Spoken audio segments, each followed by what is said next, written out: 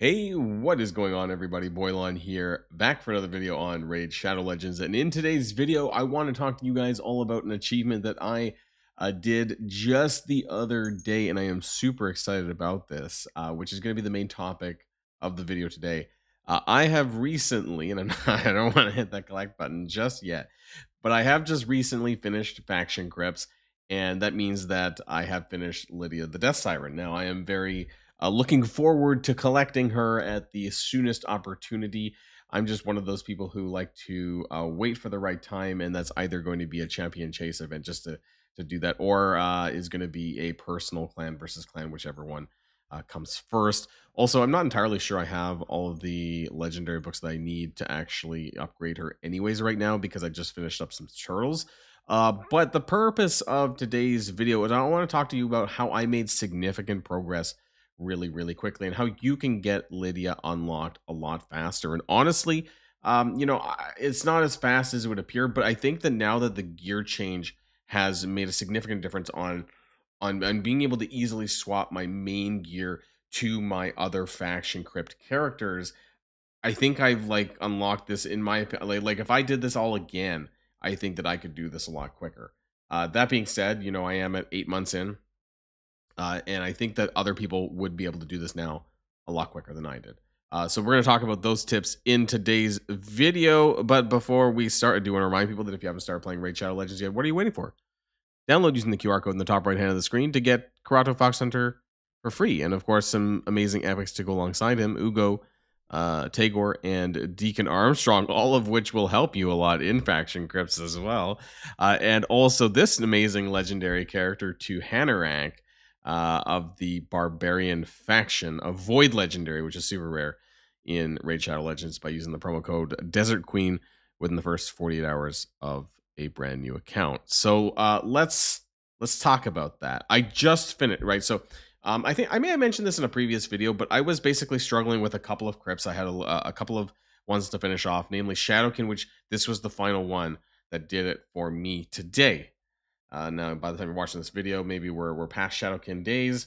It was that, and it was Skinwalkers, Knights Revenant, and Bannerlords. Now, as of late, there's been a few new character additions to my roster, which has really helped me do that. But let's just talk about. I'm gonna try and go through most of the factions, and kind of like what kind of stands out for me for my roster. So let's talk about Bannerlords. Now, which characters did I use?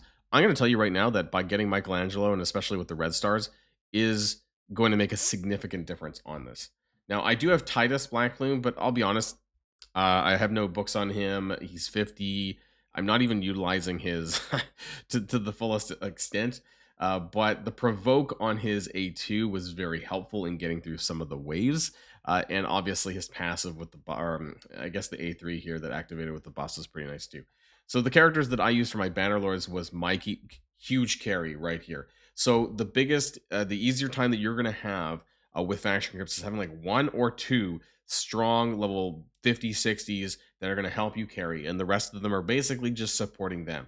So I used Lady Quillen, who's actually a fusion champion for Lady Mikage, who I haven't fused up yet. But she's at the point where like I basically need to fuse her at 50 and 5 purple, right? And so I just kind of used her for some of her buffs and stuff like that to get me through my Faction Crypts. Lady Annabelle, very strong character here with some great kit stuff. There's a AoE, a decreased speed, leech, and also the A3 gives revive on death to a champion, but also gives increased speed up to everyone else, which actually I didn't have. I did have on my team with Archmage Helmet, and so that was from Doom Tower. That was, I believe, he's the first epic that you get out of Doom Tower.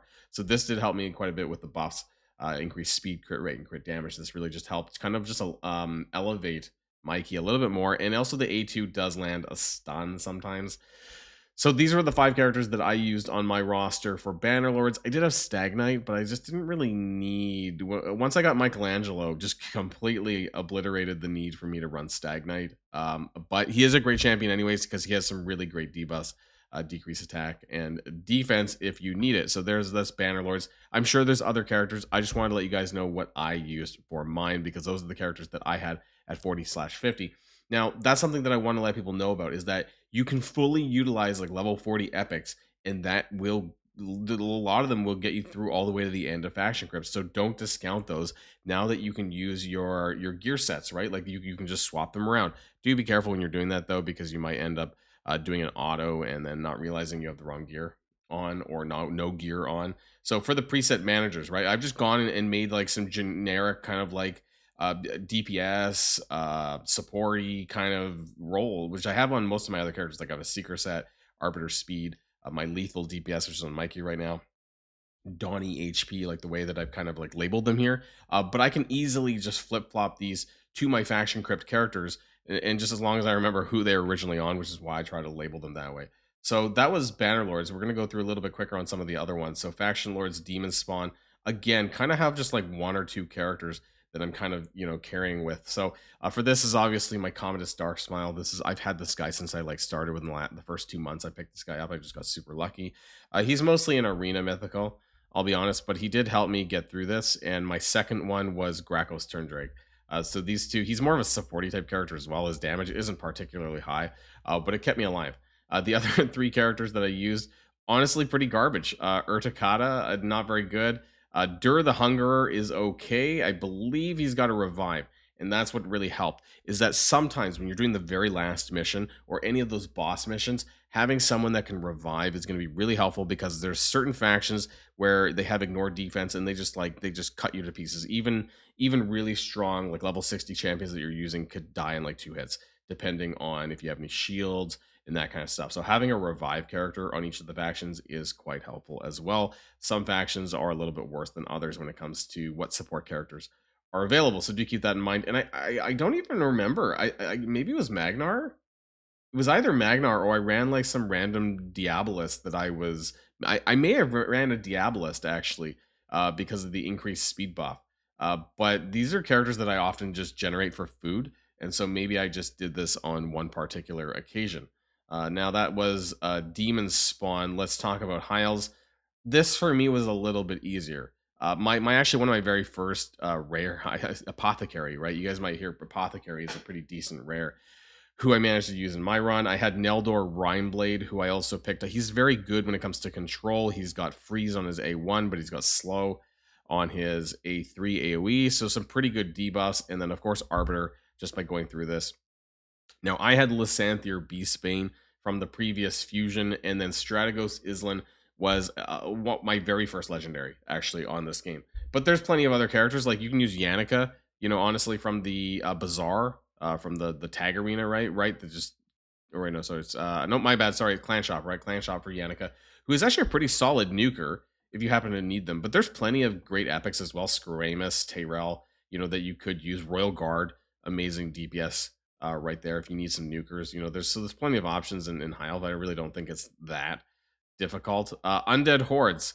My one carry for Undead Hordes was Lord Entertainer Fabian from the previous fusion event, of course, for the anniversary event. Another great character is Seeker, just for general support.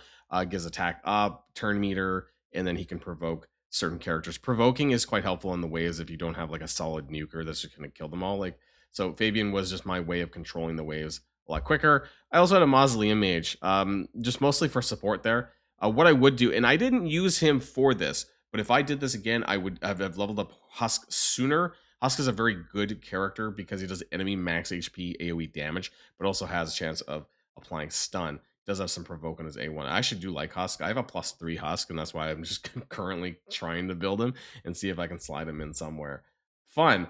I also did use this Grinner because I had a problem on my undead with keeping everyone alive, because the final boss ended up killing me. And Grinner does have this revive mechanic. So I had troubles with finding a character that could revive in the undead faction. So I did decide to do that there as well. Also, this was not bad.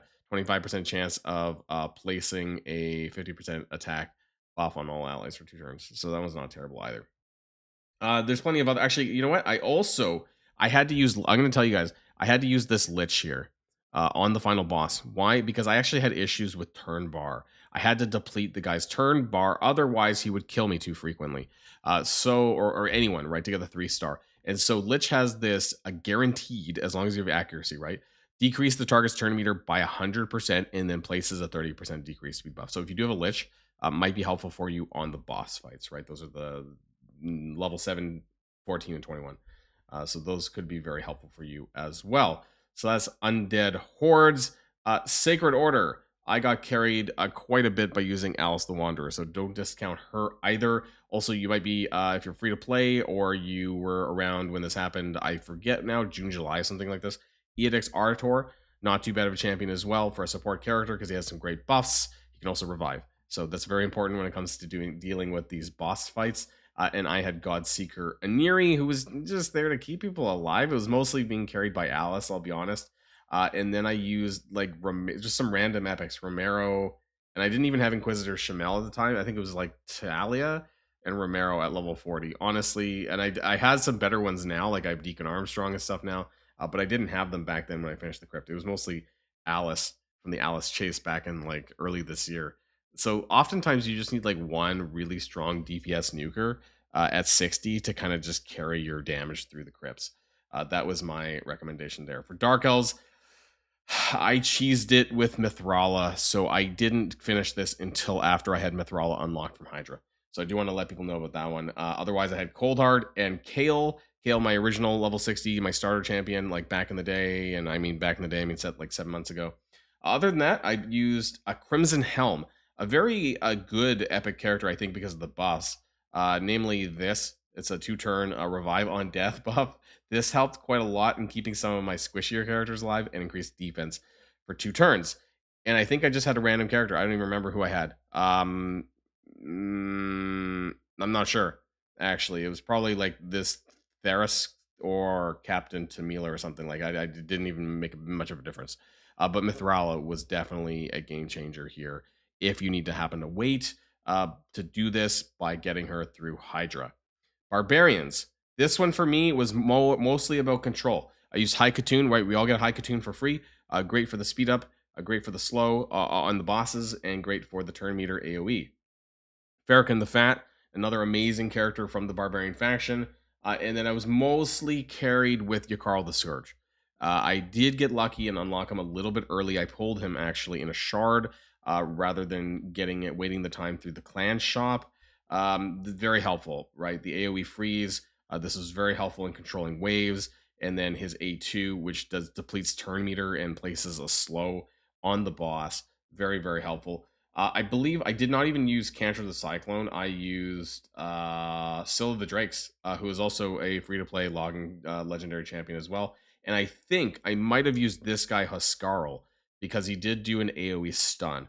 And I like this. And he also had a increased defense buff and resist buff on all allies. It's only 25% resist, but every little bit helps defensively. And I think that's what I used, honestly. But again, leverage those epics. There's some pretty good epics that if you just check out their kits and what they do. Knight's Revenant.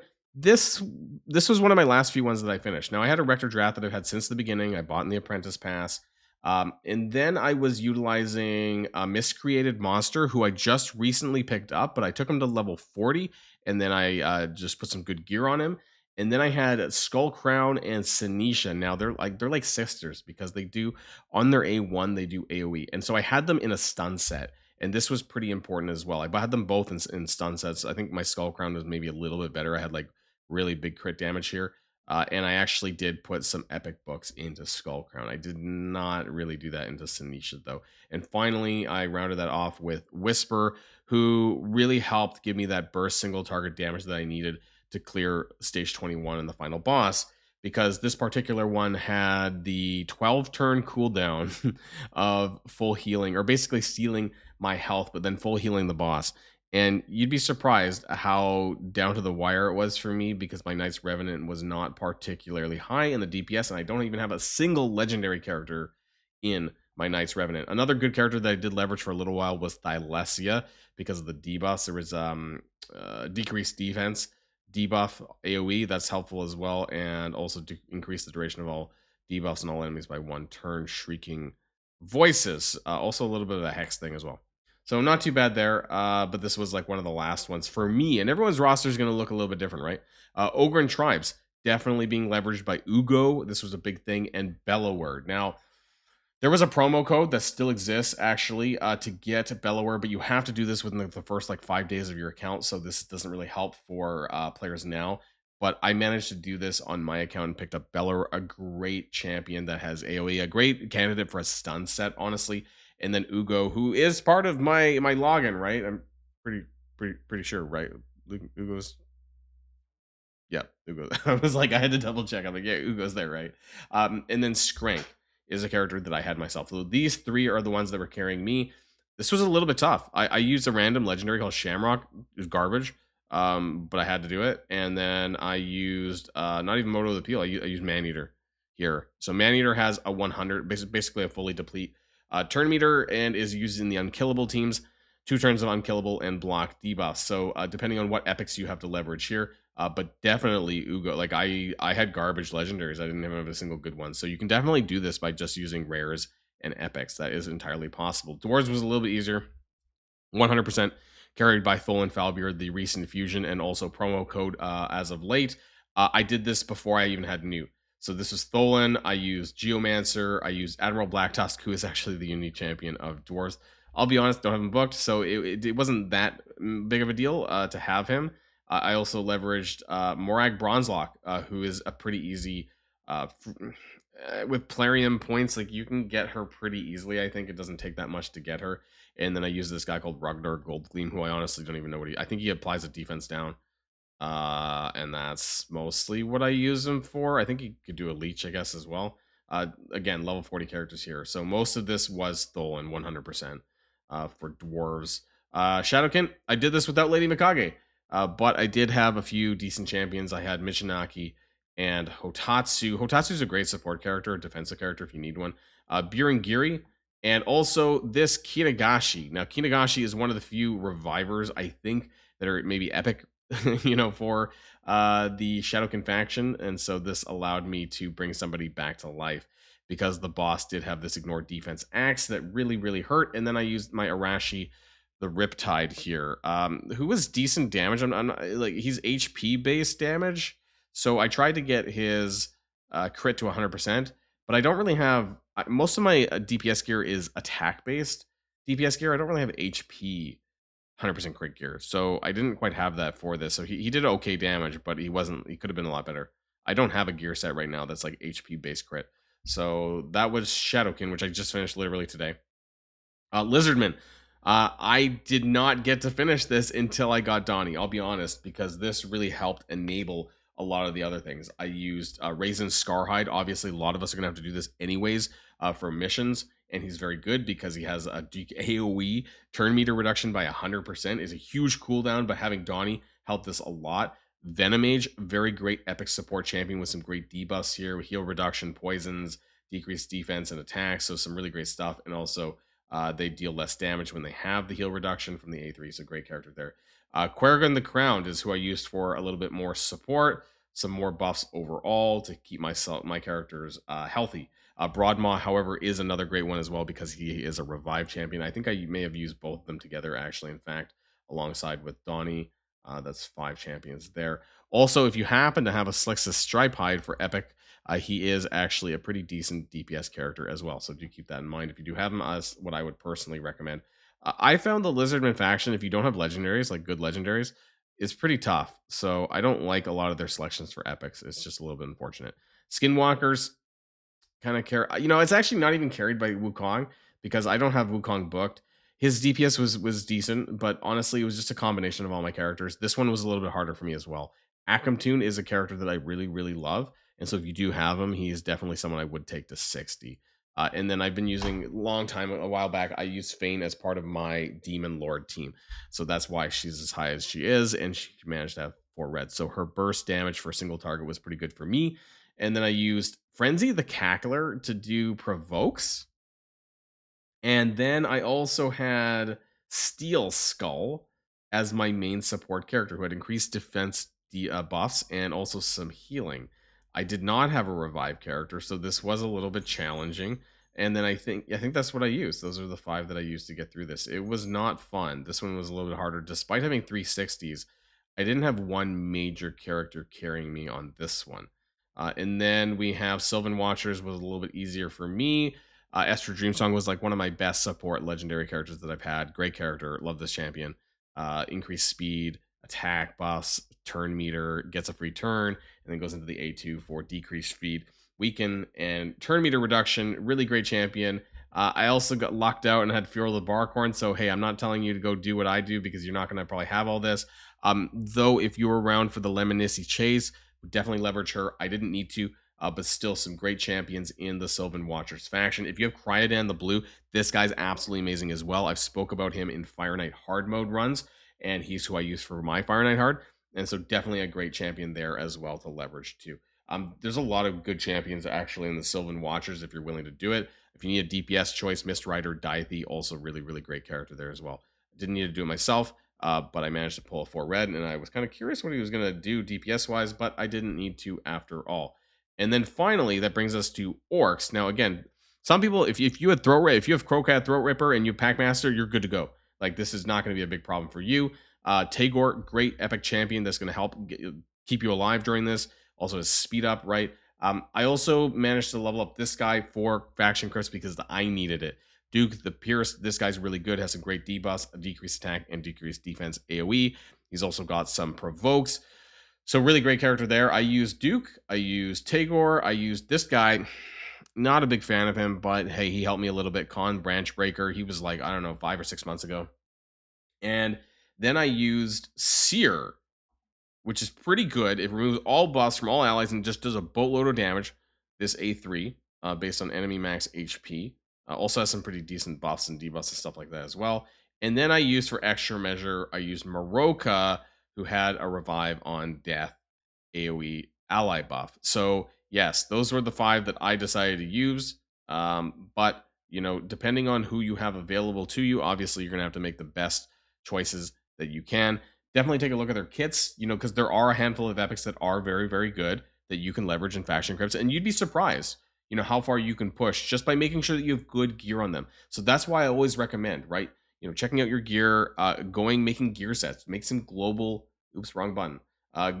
Going to, also wrong button, filters, preset manager, global presets, make some global presets for your characters that you can swap around for a variety of different reasons to your faction crypt characters. That's exactly what I'm doing or what I have done. And it made it so much easier for me to get through this. And I'm super happy because I've made significant progress since the free gear removal. I think I've got over like 200 stars in the last couple of weeks. I'm not even joking. So it made huge, huge progress because before this, I was not willing to just keep changing and resetting my gear just to do this for faction crypts. But now, because it's free, it's a lot easier. That's going to be the end of the video, everyone. Let me know what your thoughts are in the comments down below. Have you made significant progress in your faction crypts? Honestly, I think this is an absolute game changer, and it's going to help people get Lydia unlocked a lot faster than ever before. But that's just me. And before I go, I do want to remind people that if you haven't started playing Raid Shadow Legends yet, what are you waiting for? Download using the QR code to get Karato Fox Hunter for free and 3 amazing epics to go alongside him. Ugo, I was about to say Deacon Armstrong first, Tagor, and then Deacon Armstrong at accounts level 15, 30, and 40. And you can get yourself the legendary Void 2 Hanorach of the Barbarian factions. Amazing support character that's going to help you get through your faction crypts by using the promo code Desert Queen within the first 48 hours of a brand new account. That's it for now, everyone, and I'll see you guys all on the next video. And if you like this video, make sure you hit that subscribe button if you haven't already, and you'll be greatly helping out the channel. Have a great day, and I'll see you guys on the next one.